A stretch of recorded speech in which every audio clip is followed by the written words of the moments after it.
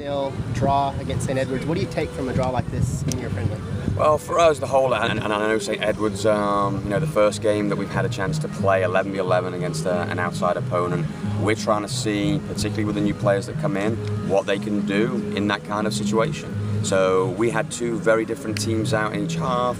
We're trying to get the new players connected with the system. So from my perspective, it was very disconnected. But that's the whole point. You find out where some of those gaps are that we can then go back into practice next week and work on. So that was the most important thing. We now know the areas we need to focus on mostly during the upcoming week of practice. Looks like you had a really strong performance out of both keepers and then also on the defensive side. Is that kind of a main motivating factor for you guys going to start the season, having a strong defense, or are you looking for more of an offensive attack? I think all round, we've tried to put together a complete team. That means defensively, yes, we expect to be strong. Attacking-wise, we expect to be able to keep the ball possessed and open up opposition defenses. So from my perspective tonight, you could see, and yes, we had in both halves almost 50%, 50-50 of new players and returning players.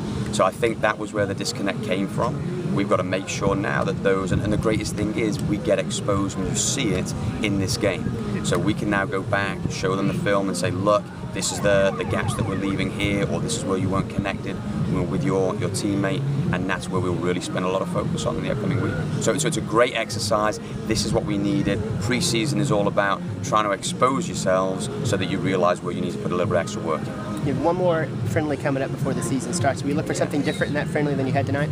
No, well, yes and no. It's the exact same kind of objective. We need to put players out there to make sure they can get better connected, make sure they feel the 11v11 shape and the 11v11 game. I think what we'll use from this game is that we'll now be able to find the guys who are maybe connected better, and we can build a closer unit so that we can test them again in the upcoming Sunday.